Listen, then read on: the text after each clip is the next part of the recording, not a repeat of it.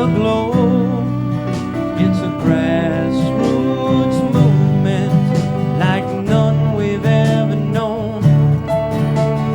Millions of people putting love into action, motivated by outrage, motivated by compassion.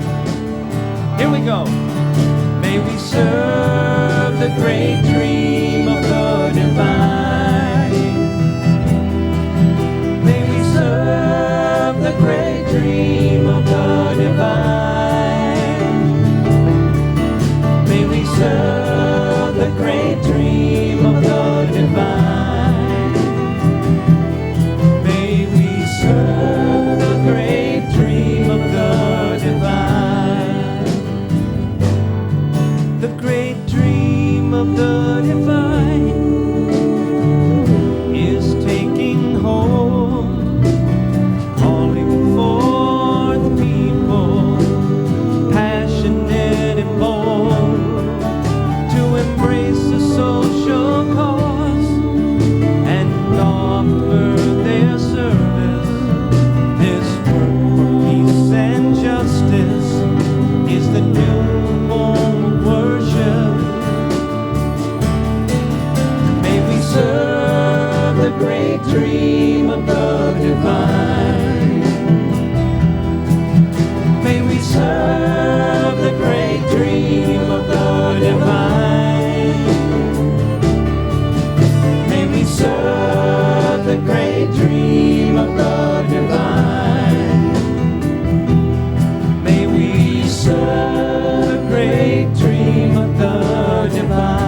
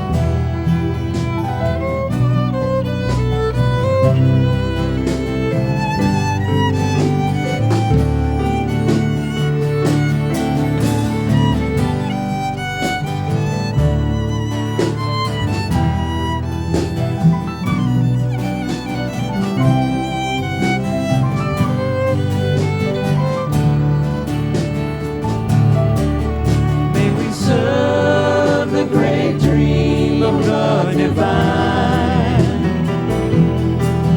May we serve the great dream of the divine. May we serve the great dream of the divine. May we serve the great dream of the divine. There's a tidal wave of people who are making a vow to take a stand for justice, and they're doing it now. So in your time of despair, when you're feeling all alone, make a choice and join this eruption of the soul.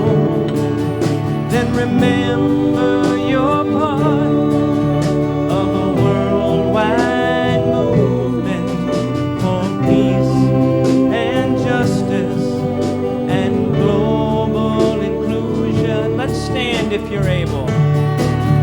May we serve the great dream of the divine.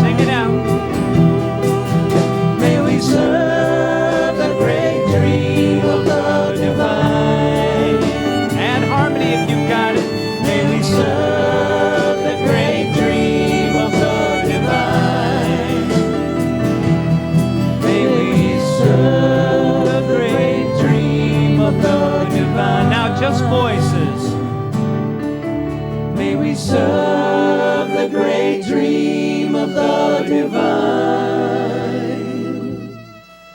May we serve the great dream of the divine.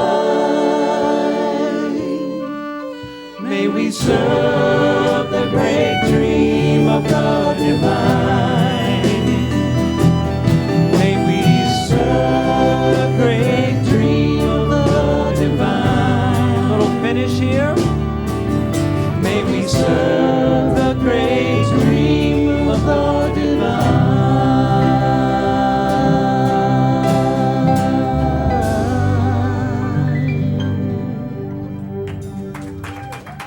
Thank you. So let us begin our third Sunday with our statement of faith, and you'll find that on the screen and in your program today. We'll take that together. There is one presence and one power in my life and in the universe, God the good, omnipotent. Let's turn within for a moment. Take that statement of faith deep, deep down inside of us, to the place within us where we can feel, where we can know the presence of love, the presence of good that is God and all God is in us. And we can let these 12 candles on the table today remind us of the attributes of God that make up our spiritual nature. We have everything we need to live this life with meaning and purpose and joy. So we're grateful for that today, God. We thank you, and we thank you for this incredible season that reminds us that you live within us. And we're here to be that expression on planet Earth, to share your love, to share your wisdom, your strength, your zeal with everyone we meet. So feeling that in our heart today, we let you be in charge of what we say and what we do in our time together this morning, in our personal lives, and as always in the life of Unity of Charlotte. And so it is. Amen. And let's join together now in our mission statement. We are a vibrant community dedicated to celebrating spiritual freedom, sharing abundant joy through love, prayer, and service. Welcome home. The flame of the divine, I'm gonna let it burn. The flame of the divine, I'm gonna let it burn. The flame of the divine, I'm gonna let it burn, let it burn, let it burn, let it burn. The flame of God's compassion. Flame of God's compassion, I'm gonna let it burn. Flame of God's compassion, I'm gonna let it burn. The flame of God's compassion, I'm gonna let it burn, let it burn, let it burn, let it burn. The flame of peace and justice. The flame of peace and justice, I'm gonna let it burn. The flame of peace and justice, I'm gonna let it burn. Flame of peace and justice, I'm gonna let it burn, let it burn, let it burn, let it burn. Play it, Greg James.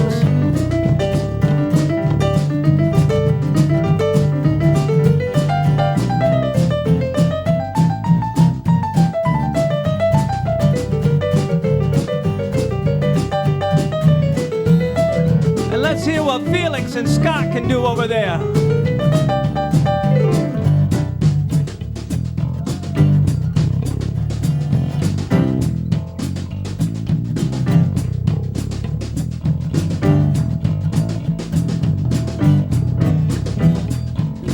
The flame of co-creation. Here we go. The flame of co-creation, I'm gonna let it burn. The flame of co-creation, I'm gonna let it burn. The flame of co-creation, I'm gonna let it burn, let it burn, let it burn, let it burn. The flame of solidarity. The flame of solidarity, I'm gonna let it burn. The flame of solidarity, I'm gonna let it burn. The flame of solidarity, I'm gonna let it burn, let it burn, let it burn, let it burn. One more. The flame of love in The flame action. of love in action,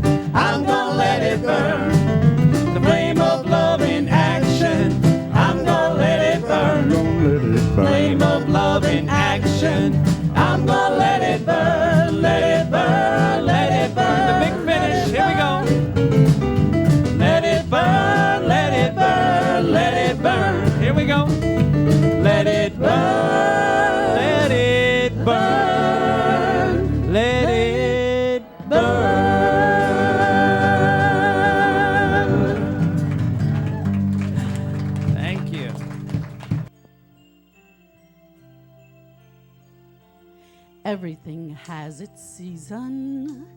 Everything has its time. Show me a reason, and I'll soon show you a rhyme. Cats fit on the windowsill. Children fit in the snow. Why do I feel I don't fit in anywhere I go? Rivers belong where they can ramble. Eagles belong where they can fly. I've got to be where my spirit can run free. Gotta find my corner of the sky.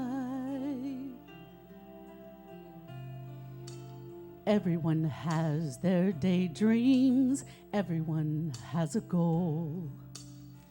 People like the way dreams have of sticking to their soul. Thunderclouds have their lightning.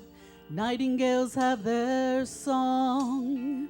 And don't you see, I want my life to be something more than long. Rivers belong where they can ramble. Eagles belong where they can fly. I've got to be where my spirit can run free. Gotta find my corner of the sky.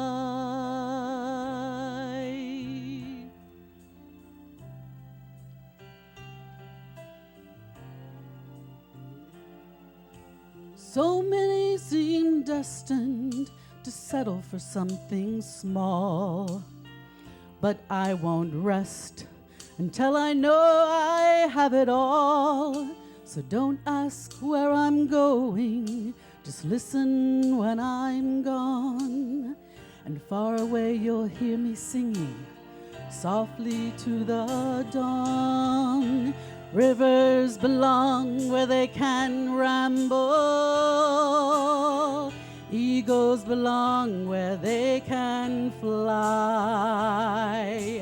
I've got to be where my spirit can run free. Gotta find my corner of the sky.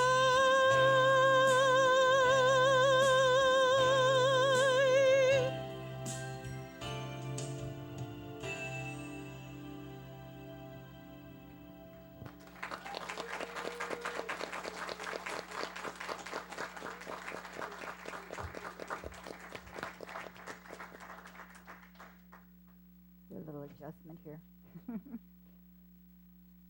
Well, I'd like to introduce our special guest today on this third Sunday. Someone you probably all know, or at least have heard of, and that would be Chris Saade. Chris is the co-director of the Olive Branch Center in Charlotte with his wife, Jessie Thompson, who was going to be here today but isn't feeling well, so we'll send her our prayers and our love. And Chris is a teacher, he's an author, and he's a true spiritual leader of our times. The work he is doing is changing the world in such wondrous, wondrous ways. So let's welcome Chris Saade.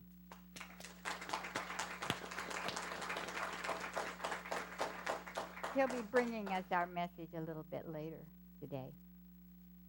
So the Surge is a service of second wave spirituality. We gave it that name when we asked how could we do a Sunday service that everybody could come to, and the Surge was the name that came. And I would like to mention that Barry Sherman writes the music to support the Surge.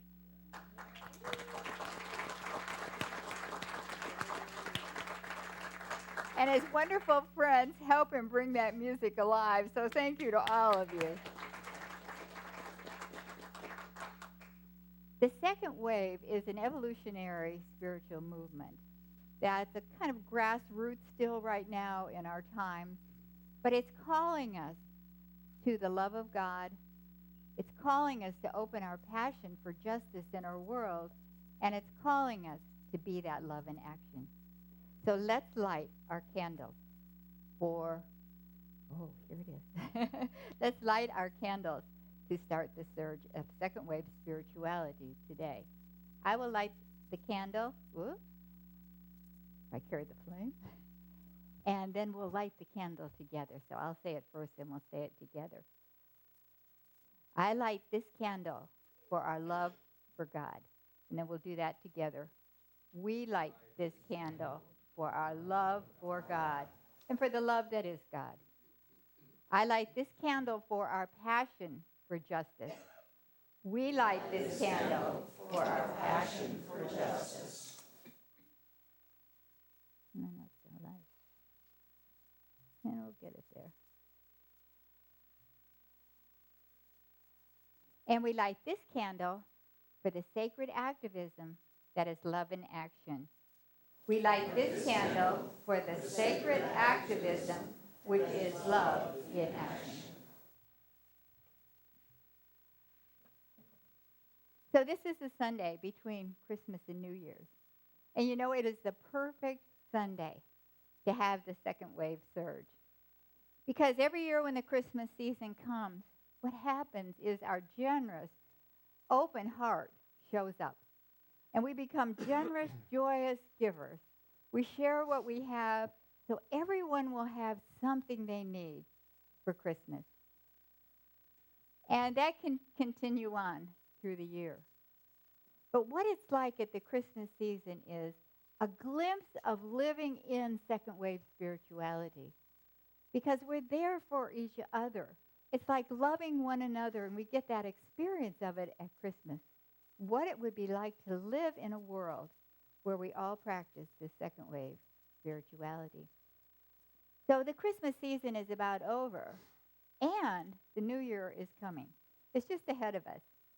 Traditionally, the New Year is a time where we make plans for what we want to happen in the year ahead. We set resolutions. We make goals of what it could be.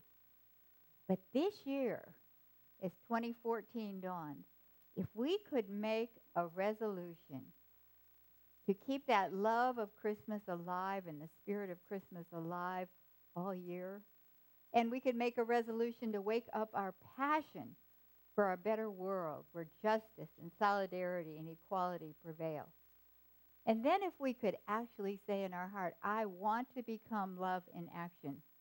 And we do something every day so that could happen. Could you imagine what the world would be like next year? We would care for planet Earth, and we would be in tune with the struggles of the people of Earth, and we would help each other, and things would change for us here on this earth.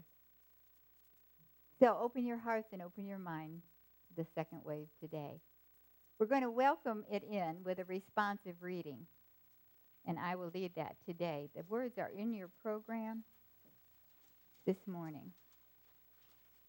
Before we start this reading, I want to take one moment of silence in memory of a Unity minister, much loved, who had a huge Unity church in Hawaii, Reverend Sky St. John, who made his transition this week. So let's just take a moment of silence to hold him in our hearts and give him our blessings for the next stage in his spiritual journey as he has gone on before us. So taking a moment of silence for Reverend Sky St. John, who made his transition this week.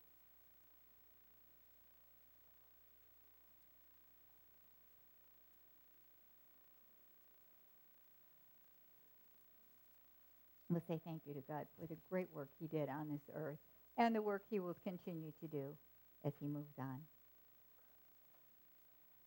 Let us then join together in our responsive prayer. Let us prepare our hearts and our minds to give gratitude for the great blessings of life and to be in solidarity with those in dire need and those whose livelihood is threatened. We give our thanks for magnificent sounds of nature, the birds, the singing, the children laughing, and raindrops falling together. May our ears not be closed to the cries of the suffering and the sounds of war and genocide. Our eyes are delighted by the beauty and the grandeur of the created world. We are grateful. Does not turn our gaze from the poor man on the street or the sight of starving children on the news. Our hearts are filled with joy when we're with our loved ones. May our hearts know the anguish of the abandoned ones, both old and young. We are grateful we have access to nutritious food and healthy care to meet our physical needs. Help us to stand up against the injustice of poor mother having to choose between buying food and buying medicine for her child. We rejoice in the knowledge of your love, Eternal One, and in the awareness of your grace as we experience it every day. Help us to reflect your love and grace to those who have been broken by oppression and have lost hope and faith. With our unwavering gratitude for our blessings and gifts, we ask for your guidance in using them to actively respond to the great need of the world which calls upon our hearts. Amen. I, like some of the people who raised their hand this morning, am a guest here this morning. And I'm a guest who's been asked to speak to you about the nonprofit that I had in Charlotte called Mothering Across Continents. But I think in being here for, I don't know, the past 20 or 30 minutes, I think really I was brought here this morning to hear a message that is being shared with all of us. And that's this idea of love in action. And I had no idea that would be the focus of this morning. And I would have said best of 2014 to all of you.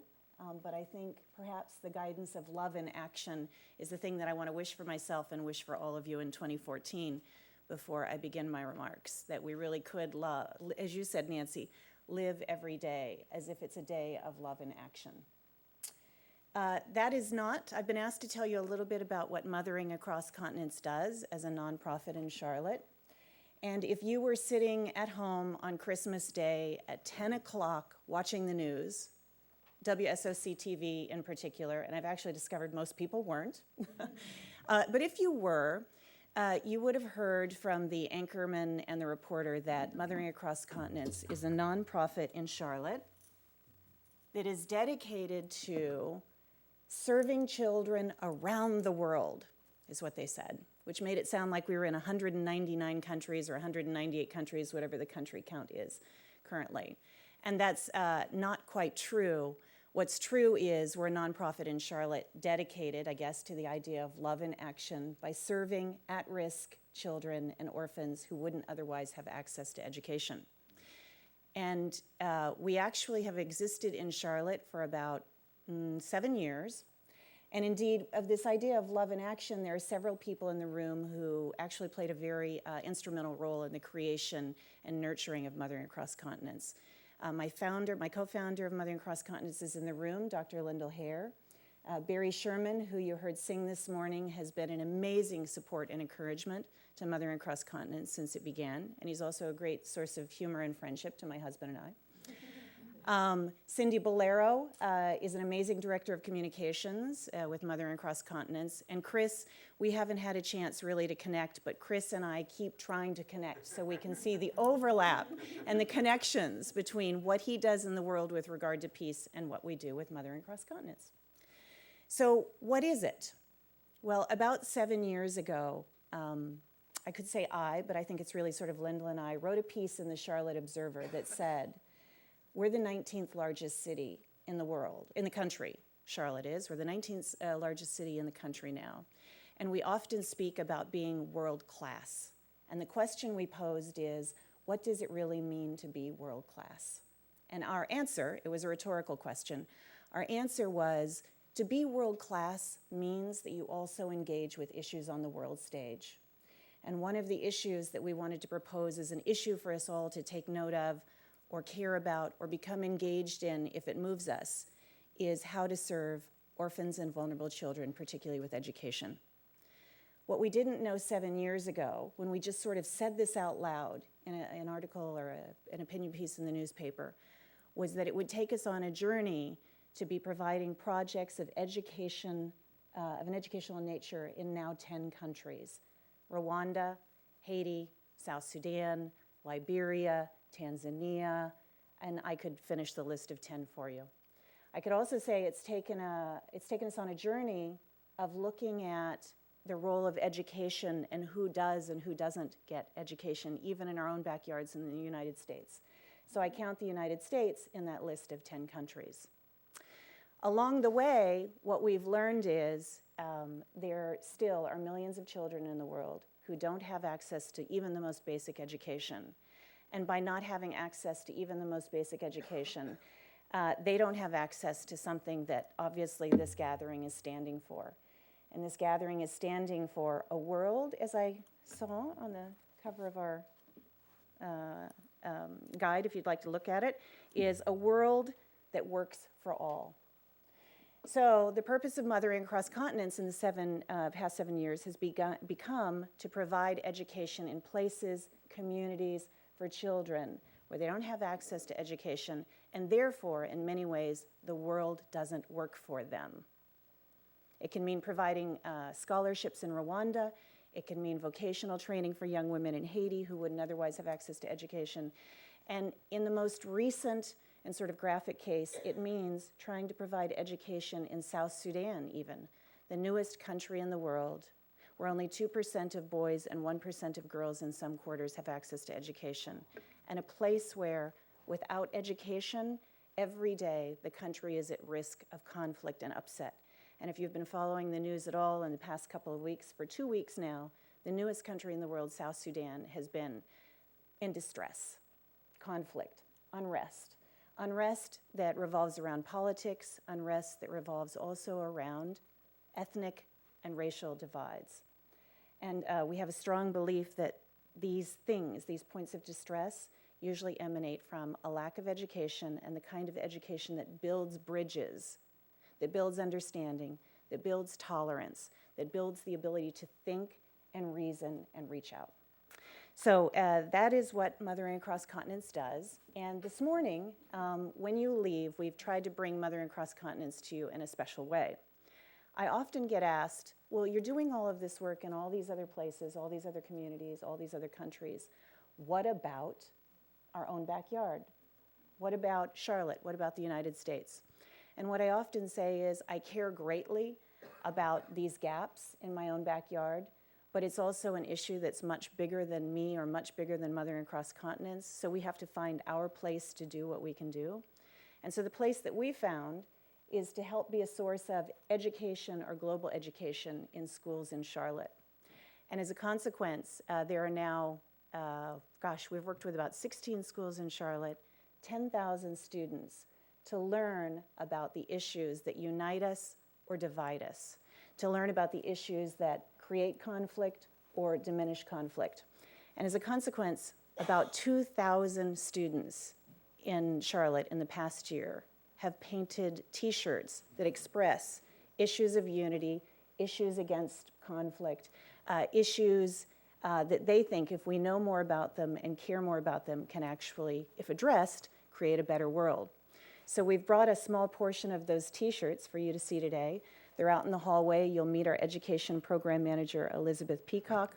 She'll tell you more about them, and she'll tell you why those T-shirts are an expression of youth thinking that if we work together, then the next year, the next 10 years, our lifespans can really be love in action for all. Thank you. Thank you.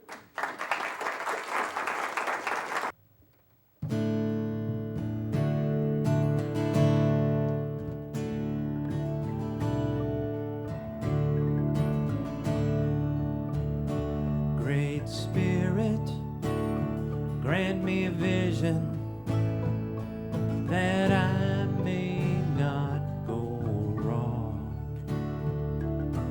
Find myself in a prison of the things I have not done.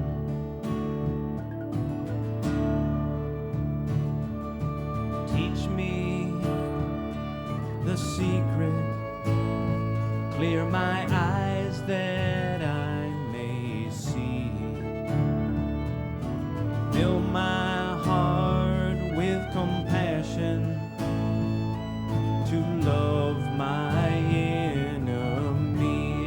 words to the chorus are in your bulletin.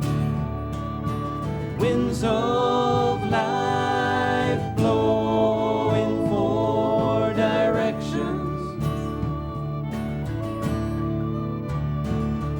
The sacred waters flow to the sea.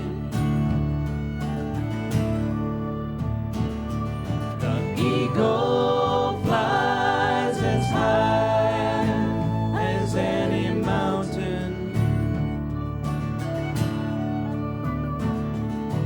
Oh, great Spirit, keep us free.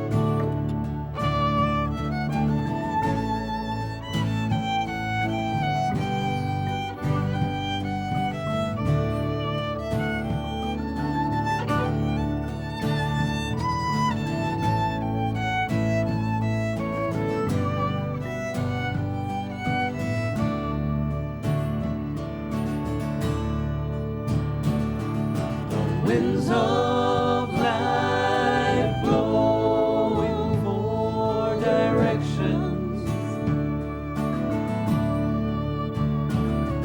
The sacred waters flow to the sea. The eagle flies as high as any mountain. Oh, great Spirit, keep us free. Mother Earth will feed our hunger. Father Sky will love her well. Make me worthy of a vision that no human tongue may tell. Make me wise to learn the lessons, make me strong to understand what it takes to walk in beauty as I cross this sacred land. Everybody, here we go. The winds of life blow in four directions. The sacred waters flow to the sea. The eagle flies as high as any mountain. We're going to do it again, the whole chorus. Oh, great Spirit, keep us free. Okay, now that you know it, let's hear it. The winds of life blow in four directions. The sacred waters flow to the sea. The eagle flies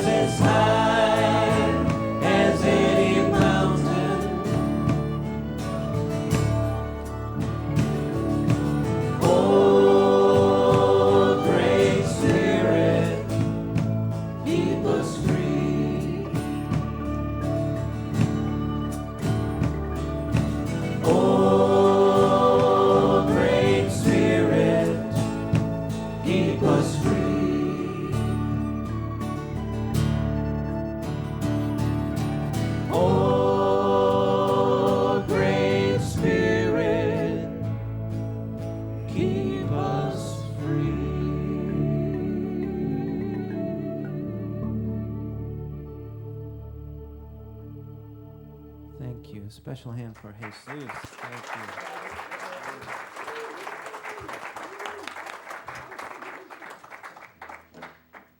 Hello. It is truly always a joy and an honor to be with your spiritual community. Thank you, Nancy, for all what you do. Its impact is very big. And thank you, Patricia, for that longing that led you and with your companions in doing work of that meaning. I mean, I can only hear the children that are offering gratitude for you, your team, and people like you. And Barry, thank you, you and your musical team, for amazing music. I would love to explore with you today the theme of gratitude. So let me start with two stories. There was a couple. They were married for about 15 years. And they kind of grew cold and distant, still friendly, but rather cold and distant. The romantic flame kind of lost its power. They were invited one time to go and visit friends in a Latin American country. And these friends had a big mansion. So they gave them a room on the west side of the mansion. And they also told them that there is a gym and on the other side that they're welcome to use. To make that long story short,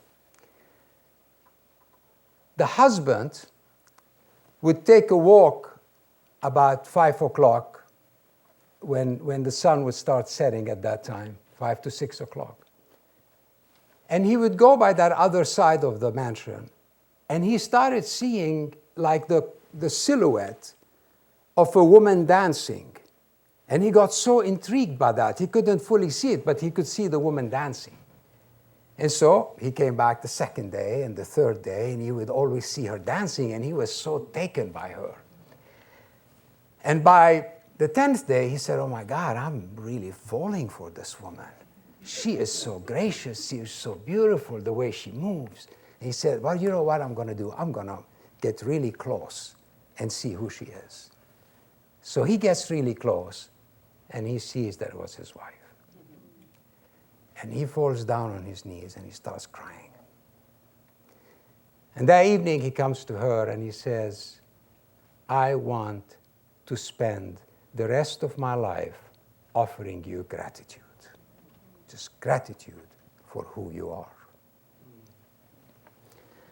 The second story is about a young woman, about 14 years old. Her name is Alicia.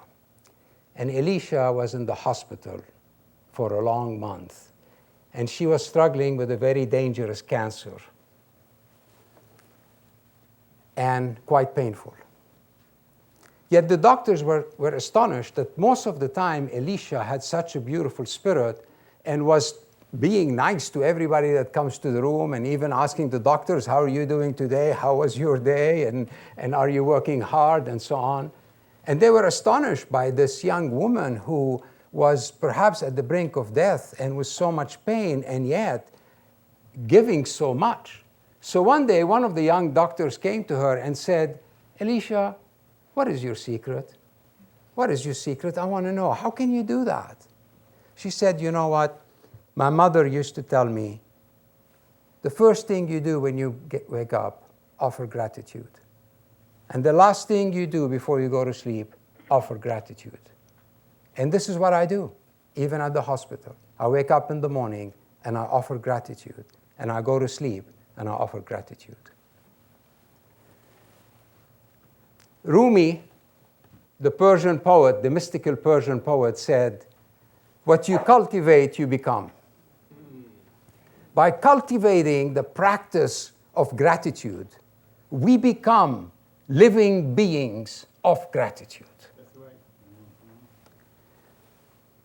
Gratitude is really the grand weapon or the mighty tool of this second wave movement of spirituality that is seeking to be a voice for justice, for inclusion, for democratic freedoms in the world.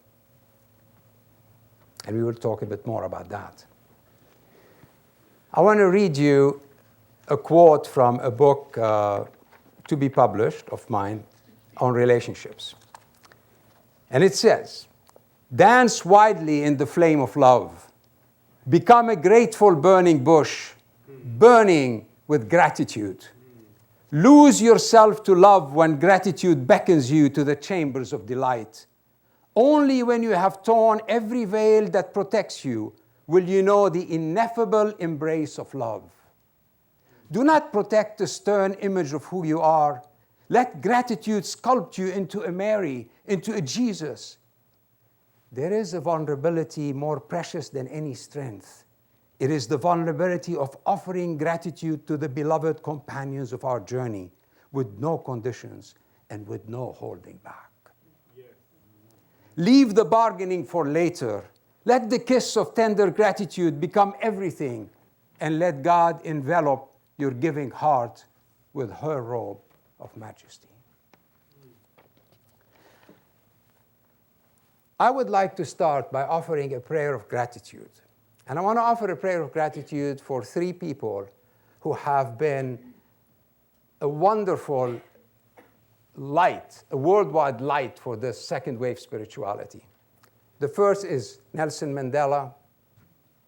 The second is Aung San Suu Kyi from Burma, who has led, as a Buddhist, she has led the democratic movement in Burma for decades now and paid the price to be a voice of democracy in Burma. And third, Pope Francis, the new Pope Francis, who has that bold courage to stand and say, "I refuse to wear all the garments of gold and silver. These belong to the poor." And who has said the church has to stop focusing on these issues of sexuality and this and that and focus on the plight of the poor, that the plight of the poor has to become its first concern. And I want in that prayer to be grateful to all of you and all those who are offering their life as compassion and solidarity with those who are struggling. So let us pray. O God, center of the universe, precious friend, companion of our spirits, we offer great gratitude for those who have tread the path of compassion, for those who have let their lives be filled with the courage and the beauty of love and action. We offer a great gratitude for the life of Nelson Mandela and his tenacious passion for justice, adjusted, wedded with reconciliation. He has inspired our spirit and expanded our imagination. O loving God, we offer gratitude for Aung San Suu Kyi of Burma and her commitment to democracy. We thank her for standing against very difficult odds and an obstinate dictatorship. She has inspired our spirit and expanded our imagination. O loving force in the universe, we offer gratitude for the new Pope Francis, who is fiercely challenging the rule of blind money and calling the church to make the plight of the poor his priority. He has inspired our spirit and fired our imagination. And in our community, we offer our heartfelt gratitude for those souls the like of Nancy and Patricia who devote their beings to serve and make a lasting difference. And like all of you who are putting your hand on the plow, we feel inspired and impassioned by all our sisters and brothers at home and abroad, speaking and acting for peace, for justice, for rights, for freedom, and for inclusion. Oh God, we are fashioned by the inspiration others bring to us. Our hearts are expanded by those who model love and love in action. Thank you, O divine love, for being the energy of care and compassion that drives us day after day, century after century. We stand in the immensity of our spirit's gratitude. Amen.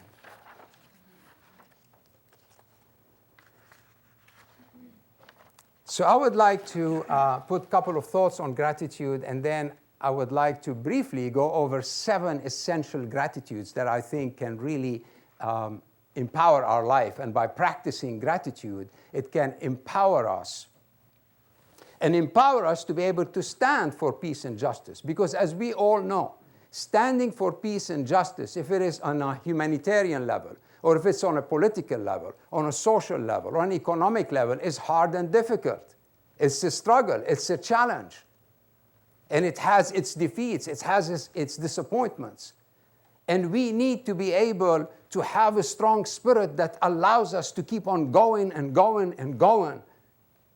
Generation after generation, century after century, until the earth reflects the glory of the love of the divine, however long that takes. And gratitude is that power that allows joy and many joys to come into our life, whatever is our circumstance. Gratitude also helps us hold the losses and the grief in our life in a sacred container. It helps us realize that grief and sorrow and losses are the womb of new birth and new creations in our life. It is through gratitude that we can grieve our sacred grief without falling into the temptation of despair or victimization. And gratitude, finally, opens the flood of joy in our life.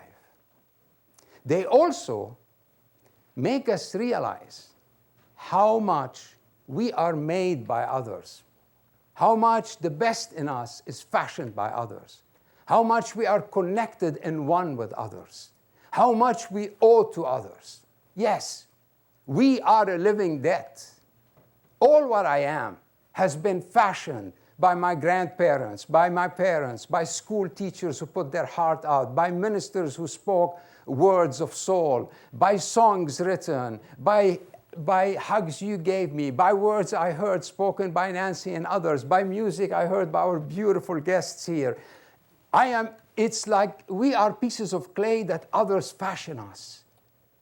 And gratitude allows us to remember that we owe them everything, and they owe us everything too. We owe each other everything.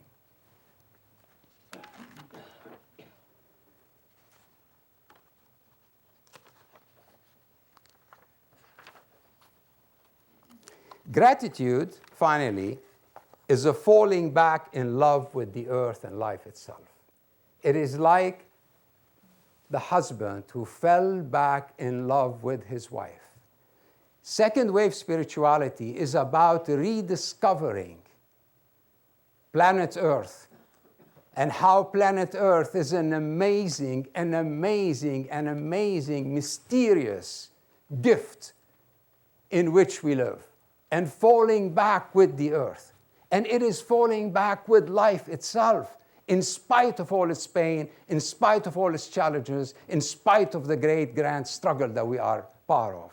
But it is that yes to life. Like Tolstoy said, love life passionately, because if you love life passionately, then you love God.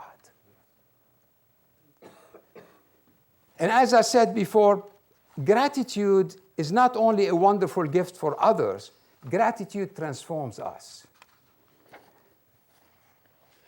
The practice of gratitude is like what Elisha's mother said. And that has helped me immensely. The last year and a half have been a big challenge for me on a health level. One of the biggest I've faced so far. And what has helped me was to practice what Elisha's mother said. I would wake up in the morning, and before screaming to myself my aches and pains, I would practice speaking gratitude. Speaking gratitude. And then when I go up to sleep, I would practice speaking gratitude. And so the practice of gratitude is the minimum of twice a day where you speak it to God, and twice a day where you speak it to somebody in your life. So you wake up, you speak it to God, you go to sleep, you speak it to God, and then in the day, you make sure that you at least go to 2 people and tell them, I am so grateful for what you bring into my life. And interestingly, the more I do that, the more I realize, one, as I said, how much people give me. I mean, it's amazing how much I get from people. It is amazing how much I am nurtured by people. And it also makes me realize how much I have in my life. By saying thank you, I realize that I am flooded with blessings. So, I would like now to speak about 7 very essential gratitudes that we can all practice or keep on practicing, because most of these you already do, and I want to encourage you to keep on doing. So we can empower our spirit with joy and with enthusiasm, so we can continue the struggle. Because again, why do a lot of people back off the struggle for peace and justice? Because it is not an instant reward kind of thing. We must have historical eyes. We must have historical endurance. We must be connected to the eternal vision of the divine that doesn't count things per years or per 10 years, but sees them as something big, written in the horizon of a universe that is forever expanding.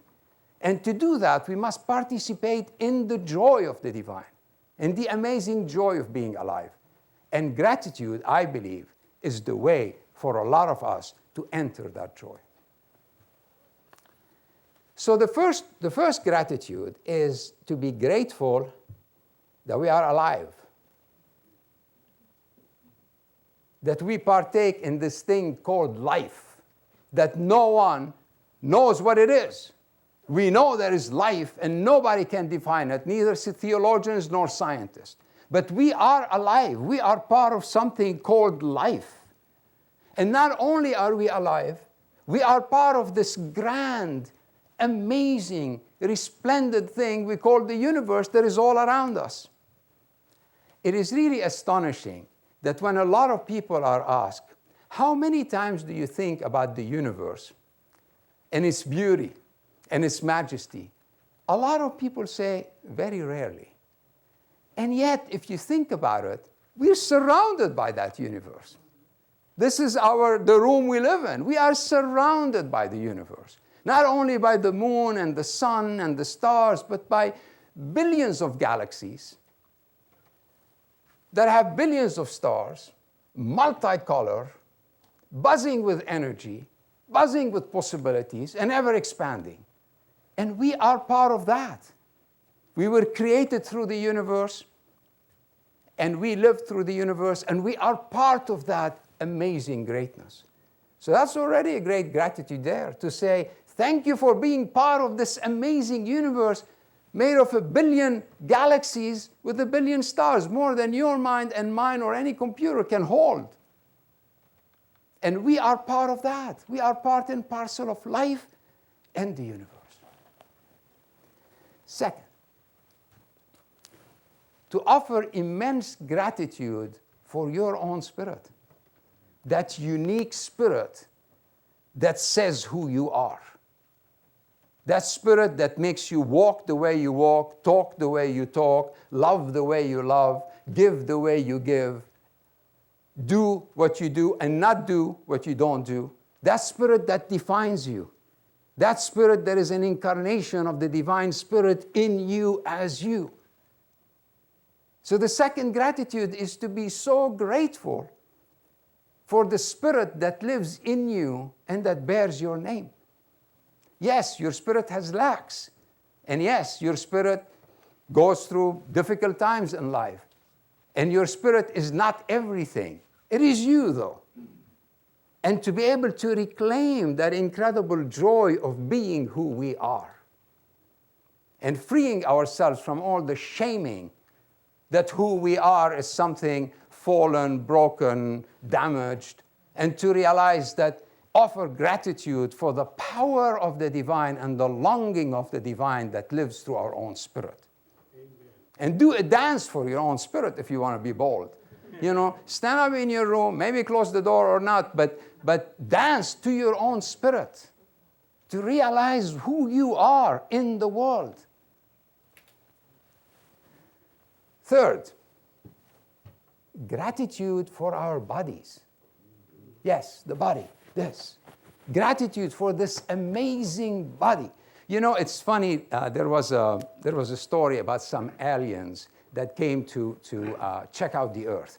And they were like kind of formless, like a haze or some, like a cloud almost, you know, they moved like clouds. And they come to Earth and they see that here life has manifested as bodies. So they see women and men walking and eating and running and jumping, and they go, oh my God, this is so amazing so that these life forms have bodies. But then after, as they were walking among us, they started asking people, said, are you so excited about your body? Oh, not really. I've like developed a bit of a stomach, and my hips are not exactly what they need to be. I'm not the exact form. And they go like, what are you talking about? You know, we are like so blown away by the fact that you have a body. You have a body. You can walk, you can talk, you can run, you can make love, you can hold hands. And you're like bringing these little tiny minutiae not to love your body. The science of evolution tell us that this body has taken at least 500,000 years to be what it is. You know, they say when the hominids, our ancestors, and that's a couple of million years ago, were on trees. They were living in trees. And then they decided to come down and start their journey walking. Their hands could catch branches. They were made where they can hold on to a branch, but there was no way that their hands could, for example, hold a piece of stick or put two sticks together. It took a couple of 100,000 years for the hand to become what we know it today. So do me a favor. Look at your hand. Look at your hand and feel the ecstasy of having a hand that has been fashioned by hundreds of thousands of years. So you can stretch it if you want to. Or you can play guitar, or you can do this amazing music. That did not come just from you, started from you and ended with you. Your hand and every part of your body is a miracle of creation, is a miracle of evolution. And some theologians say it is the incarnation of the energy of the divine. So, third list of gratitude is wake up and go to sleep offering amazing gratitude for your body. And remember, if you say, oh, but if my body was like that, remember what the Martians would say. This is minutia. Fourth, gratitude for this beautiful planet Earth that we are part of. You know, for so long, for the last 2,000 years, we have heard that planet Earth is the place of the devil, planet Earth is fallen, planet Earth is full of sin, planet Earth is this, planet Earth of that, and we have strayed away from planet Earth. Or just use it, you know, try to use it and abuse it as soon as you can, because anyhow it's all going bad. Now we are falling back in love with planet Earth, to offer gratitude that we live on planet Earth. You know, we don't know of any other planet yet. I mean, there might be, statistically, there might be other planets in this humongous universe. But as far as we know so far, we don't know of any other planet that has the lush of these flowers and of these bushes and the trees and the rivers. Part of Christmas is the celebration of the tree. And that the tree came from a pagan tradition that used to celebrate Earth by lighting the trees. And to realize what a planet we are on. I mean, if you don't like it, we can send you to Jupiter, and believe me, you will not enjoy it that much. I mean, you will not see the colors. You will not see the buzzing of spring. You will not see the flowing rivers. If we take these things for granted, we disempower ourselves, and then we think that we are really small and deprived. However deprived you are, you have the universe, you have life, you have your spirit, and you have the earth. Wow. That's already more than a lot of people, at least in the universe we know. Fifth, the miracle, gratitude for the miracle of partaking in love, giving and receiving. Every small act of love is an unbelievable miracle. In a world that has known the genocides of Rwanda, in a world where the killings in Syria, we cannot even create a humanitarian international effort for 7 million refugees. In a world that has known Dachau and Buchenwald, where our sisters and brothers from the Jewish faith were treated in abject ways. In a world where there are famines. You wonder sometimes, why isn't all the human race bitter and aggressive and just killing each other? Well, because of the miracle of the Spirit, of course. So, but every act of love becomes a miracle.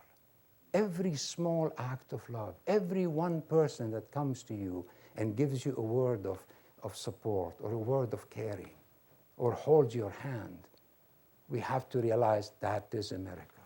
Given our last 3,000-year history, that is a miracle.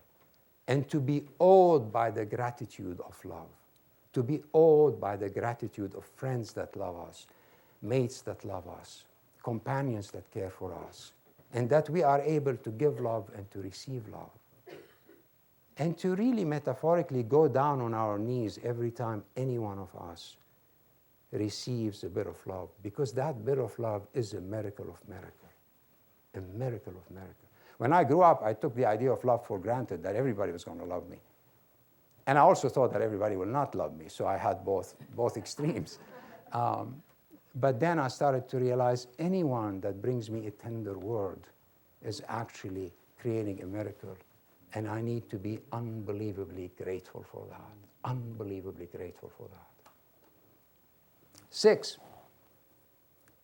gratitude for all our sisters and brothers, as we said, whose hand is on the plow, yourself and others, in Charlotte, in America, in Africa, in Australia, in the Middle East, in India, those who are caring, who are building social justice, who are building freedom, and especially those who we do not know their names, which are 99% of the people working for that. You know, when the Bill of Rights was voted by the founders of our great nation, you know, the Bill of Rights is the right that gives you freedom, that gives you the right to speak your mind, the right not to be arrested if you criticize the president, the right to speak your religious or political orientation. I ask a lot of people, I say, how long do you think it took? So I'm going to ask you, you don't have to answer me, but answer in your mind. How long did it take from the day they voted it to the way it was implemented? Most people tell me 6 months, a year, 2 years. It took 100 years. 100 years, because the states, most of the states rejected it. So they said it's fine for the federal government. It's fine if you criticize the president, you won't go to prison, but if you criticize the governor, you might go to prison. You might have political freedom in a federal court, but you don't have political freedom in our state. It took 100 years of activists like you who said that Bill of Rights needs to become the law of the land. They went and walked for it. They spoke about it. They wrote a newspaper about it. They created court cases for it. 100 years, and now we have it. You can speak your mind and no one will arrest you. It's amazing. How much gratitude should we have for that, for all those who spent these 100 years, the millions who spent the 100 years, so the Bill of Rights would become what you and I are living for. That by itself would require that you and I would live a whole life of gratitude, saying thank you, thank you, thank you, thank you, thank you.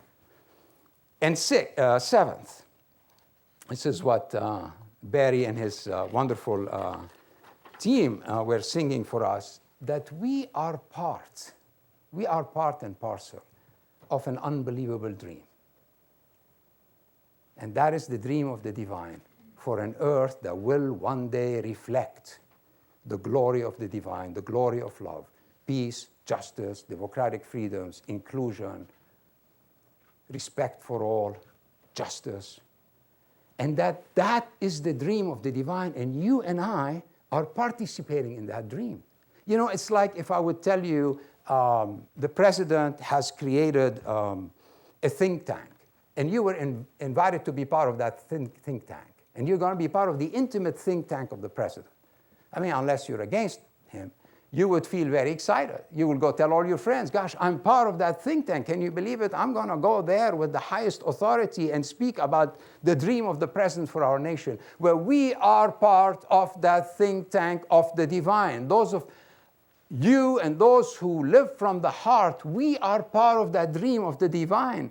We are part and parcel. Every small act we do is part of that grand vision that the divine has for the consciousness of the earth. And that participation is a source of gratitude. That participation is to say thank you that I am part of something so big and so meaningful and so rich and so healing. So, to end that, I would invite you to, if you're already doing that, to keep on doing it, because it's very, very powerful, and see how gratitude will burst in joy in your life and a sense of abundance. Because I'll finish by saying this, the greatest thing that works against us, you and I, in our work is the depression of our spirit. It's the moments where our spirit feels so exhausted and starts giving up. I'm not speaking about a clinical depression, more of a depression of spirit. You know, we all know that, moments where we can't take it anymore. And what helps with that is not only to carry the sacred sorrow of the world, but to also carry the amazing joy of being a human being. And gratitude is what allows us to realize that you and I, however difficult our circumstances are, we are part of a divine joy. We are part of an explosion of joy in the world. And that will help us, carry us through the rough waters, like Elisha did, with pain, but with joy all at the same time, with challenges, but with tremendous feeling of abundance. So practically, as I said, if you're already doing the 2 and 2, great, keep on doing it. And tell others what that does in your life, so others will be inspired. If you're not, make sure that you start your day with a statement of gratitude between you and your God. You end the day with a statement of gratitude. And at least that day you find 2 people to whom, it could be your children, it could be your neighbor, it could be anybody, that you go to and say, thank you for doing what you're doing, because that is making me a bigger heart and a wealthier being. Thank you very much.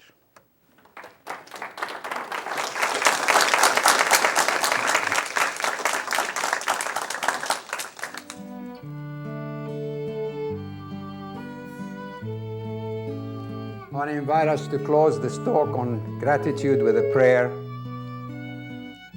Oh God,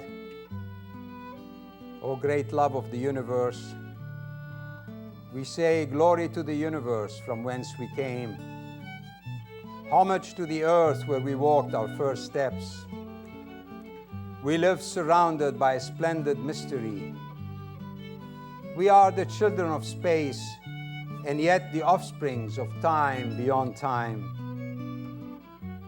There is so much we do not know about this greatness called to be human. The air we breathe is a bond of common oneness. The trees that surround us bear witness to so many gallant feats untold. O God, let us revere the not knowing of our existence and gently come to discover more of the love, the strength, and the resilience that inhabits us, where you live in us. Let our existence be an amazement, interrupted by moments of unimpeded gratitude. To love the universe, the earth, humanity, and the animal world is no small thing. It is the heart's sublime canticle. To be passionate about galaxies and planets is the least we could offer back to that magnificence that cradles us. Let us, O God, be a song of never-ending gratitude. Amen.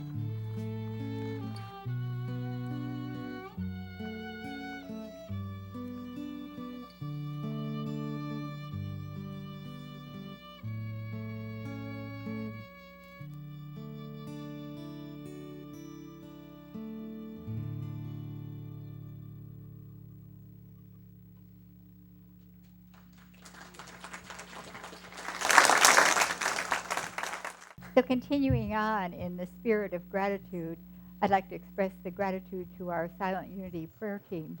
This is our prayer box. It will be in the lobby after the service with prayer request forms. If you would like prayer, just fill out the form, put it in the box. It'll go to our silent prayer team that is always here for us 24/7 for 2 weeks, and then on to Unity Village for another 30 days. If you'd like prayer today, Chris Bacho will be in the prayer room. If you'd like a healing today, the healers will be in the Unity room. They're Reverend Catherine and Reverend Joy today. So after the service, many things are available for you.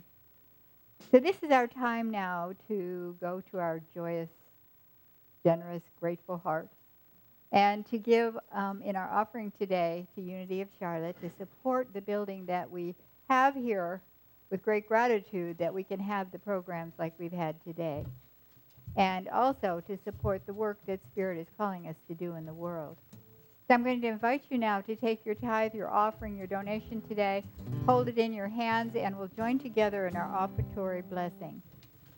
Holding our offering, joining in our blessing.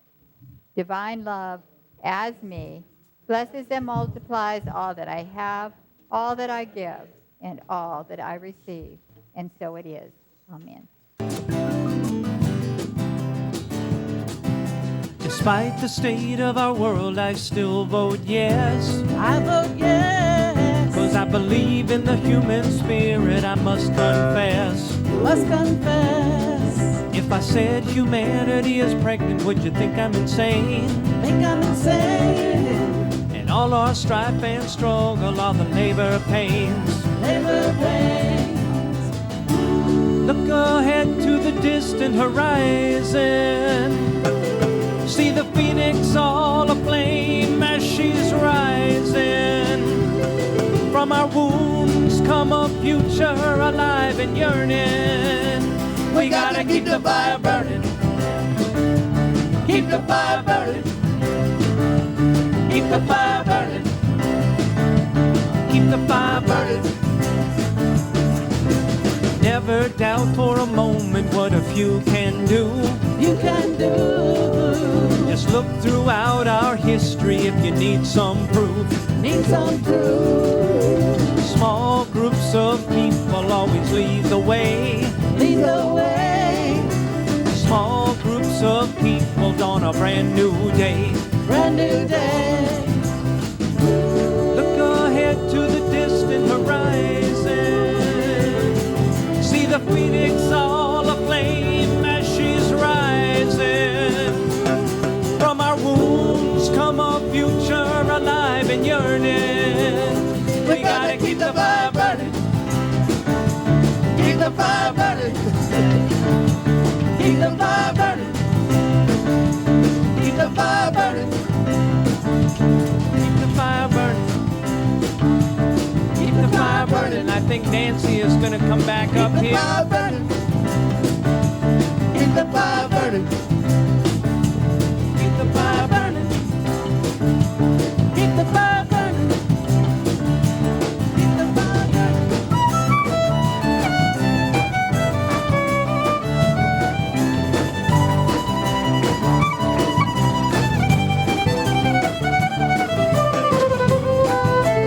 So we're gonna bring the music way down, and Nancy, do you want to do your blessing? Bring it way down. Now I'll ask you to join me in the blessing of our offering. So we take a moment to say thank you to God for this time together today, from all that we will take with us as we leave here. We dedicate our tithes, our offerings today, God, to your will, to your work, to your way, and ourselves to service in love, and so it is. Now there is peace on earth, and it has begun with me. Now there is peace on earth, the peace that was meant to be. With God as creator, united harmony. Now we walk with each other in perfect harmony. Peace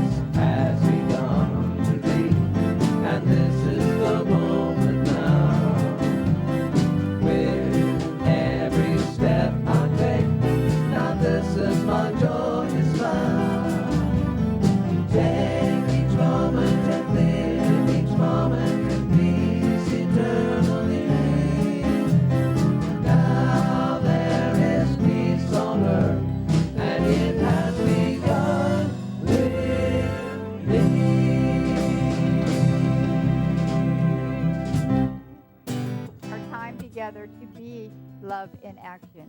Our prayer of protection. The light of God surrounds us. The love of God enfolds us. The power of God protects us. And the presence of God watches over us. Wherever we are, God is, and all is well.